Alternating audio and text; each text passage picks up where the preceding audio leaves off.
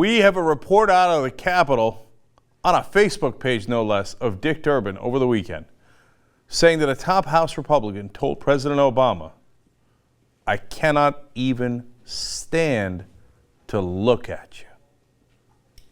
Damn. I believe in the immortal words of Anna Kasparian, that is drums. So, who said it? Was it really said? Oh my God, Washington is a flitter. So Jay Carney's asked about it, of course, because this is a very, very important issue.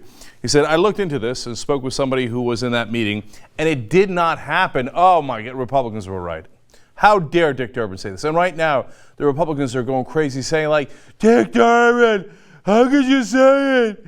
How could you say this happened when you don't have the proof? You know what happens next? The Democrats double down. Now, wait a minute now. What in the world's happening to the Democratic Party? Now, in the old days, Dick Durbin would have come out and gave a teary apology, and the rest of the Democrats would have been like, Dick Durbin, I wouldn't even look in his direction. I'd rather spit in his eye than look at him. Goddamn Dick Durbin, right? No. This time, Democrats are like Republicans. They're like, oh, yeah? Harry Reid comes in. It's like, you know what? Not only did it happen, I'm going to tell you who did it. Pete Sessions, Republican congressman, head of the House Rules Committee from Texas. Yeah. He's like, what now? What now? You know what I just did? I named him, Pete Sessions. They go back to the White House. White House says, let me go to graph 4 here.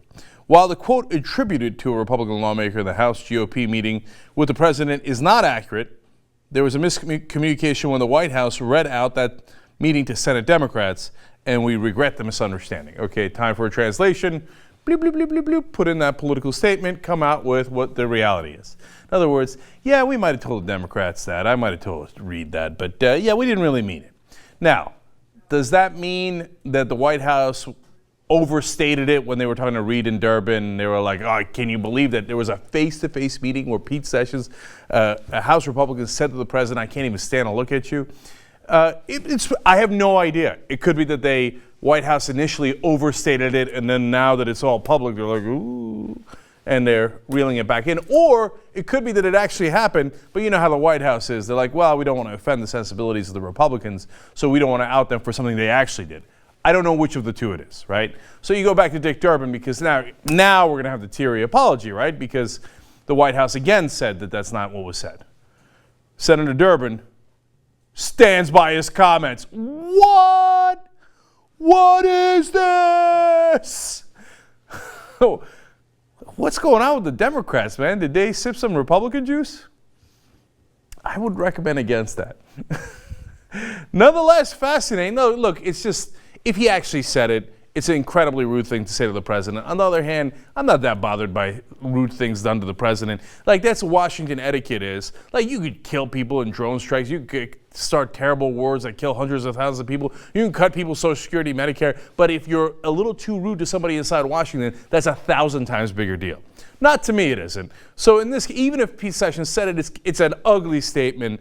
Am I surprised that a House Republican would say that? No. Am I surprised that he'd say it to the president's face? A little. But I'm not blown away by that controversy, even if he did say it. And second of all, honestly, we don't know whether he said it or not.